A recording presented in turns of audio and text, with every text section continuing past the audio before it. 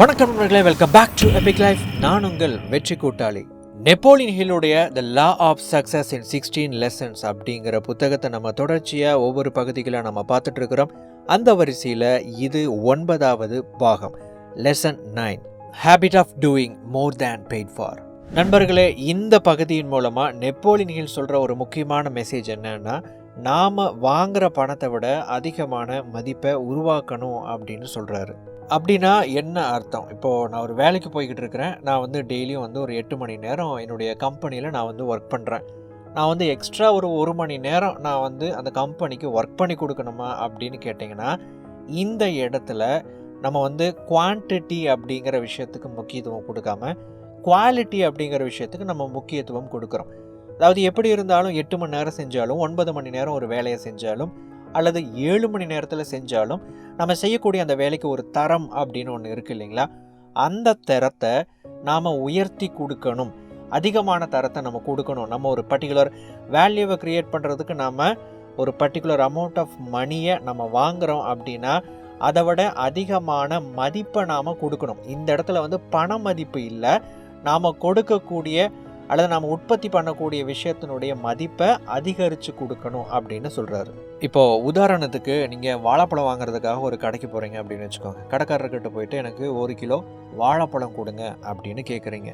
அந்த கடைக்காரர் 1 கிலோ வாழைப்பழத்தை நிறுத்து கொடுத்துட்டு எக்ஸ்ட்ராவாக 2 வாழைப்பழத்தையோ 1 வாழைப்பழத்தையும் உங்களுக்கு கொடுக்குறாரு. அது அதிகமான மதிப்பு கொடுக்கறது அப்படின்னு எடுத்துக்கலாம். இன்னொரு விதத்தில் சொல்லணும் அப்படின்னா, அந்த கடைக்காரர் சரி, நம்ம இவர் வாழைப்பழம் வாங்குறாரு, நம்ம பணத்தை வாங்கிட்டோம், இதோட நம்ம பிஸ்னஸ் முடிஞ்சுது அப்படின்னு இல்லாமல் அவர் கூட ஒரு நட்பை உருவாக்கும் விதமாக நல்ல விதமாக பேசுகிறாரு அப்படின்னு வச்சுக்கோங்க. இந்த இடத்துல அந்த மதிப்பை இன்னும் அடுத்த லெவலுக்கு அவர் அதிகப்படுத்துகிறாரு அப்படின்னு அர்த்தம். ஒரு நடுத்தரமான ஒரு ஹோட்டல் இருக்குது. அந்த ஹோட்டலுக்கு நீங்கள் போகிறீங்க அப்படின்னு வச்சுக்கோங்க.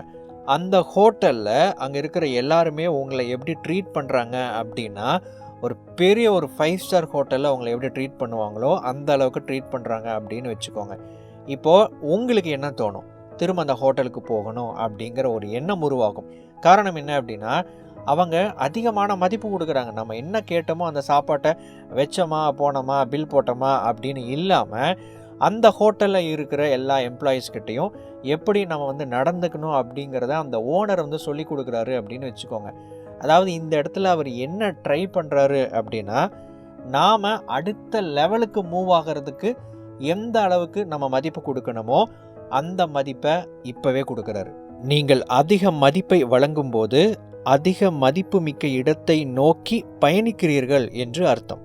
உங்களுடைய ஒரு கம்பெனியில் நீங்கள் ஒர்க் பண்ணிக்கிட்டு இருக்கிறீங்க, சாதாரண ஒரு எம்ப்ளாயாக இருக்கிறீங்க அப்படின்னா, அந்த கம்பெனியில் ஒரு ஹையர் பொசிஷனில் இருக்கக்கூடிய இன்னொரு ஸ்டாஃப் எந்த அளவுக்கு வேல்யூவை ப்ரொவைட் பண்ணுவாரோ அதே மாதிரியான மதிப்பை நீங்கள் ஏற்படுத்தும் போது அந்த நிலைக்கு, அந்த தகுதிக்கு உங்களை நீங்கள் உயர்த்திக்கிட்டு இருக்கிறீங்க அப்படின்னு அர்த்தம்.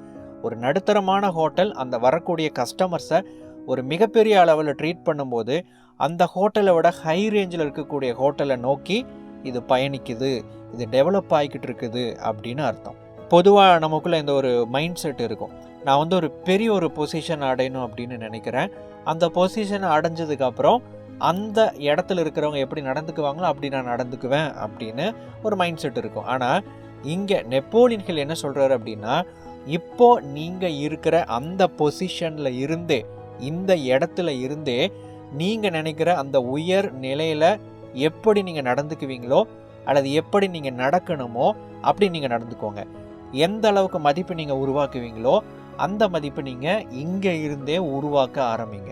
பணத்தை விட, அதாவது பணத்தின் மதிப்பை விட அதிகப்படியான மதிப்பை, வேல்யூவை நீங்கள் மற்றவங்களுக்கு ப்ரொவைட் பண்ண உங்களுக்கு நீங்களே அதிகப்படியான மதிப்பை நீங்கள் ஏற்படுத்திக்கிட்டே இருக்கிறீங்க அப்படின்னு அர்த்தம். நண்பர்களே, இந்த புத்தகத்தில் ஒரு ரொம்ப முக்கியமான கருத்து எது அப்படின்னு கேட்டிங்கன்னா, நான் இந்த கருத்தை நான் பாயிண்ட் அவுட் பண்ணுவேன். ஏன் அப்படின்னா, நாம் போகக்கூடிய இடத்துக்கு இப்போ இருந்தே அதற்கு நம்மளை தயார் பண்ணிக்கிறதுக்கு தேவையான அந்த அடிப்படை தகுதியை நீங்கள் வளர்த்துக்கணும் அப்படிங்கிறது தான் இந்த சாப்டரில் நெப்போலியன் ஹில் சொல்லக்கூடிய ஒரு முக்கியமான ஒரு பாடம். நண்பர்களே, அடுத்த பகுதியில் இந்த புத்தகத்தில் இருக்கக்கூடிய வரக்கூடிய ஒவ்வொரு சாப்டர்ஸையும் நம்ம தனித்தனியாக நம்ம பார்க்க போகிறோம். தொடர்ச்சியாக நம்ம சேனலோடு இணைந்திருங்கள். அடுத்த வீடியோ பதிவில் உங்களை சந்திக்கிறேன். தேங்க்ஸ் ஃபார் வாட்சிங்.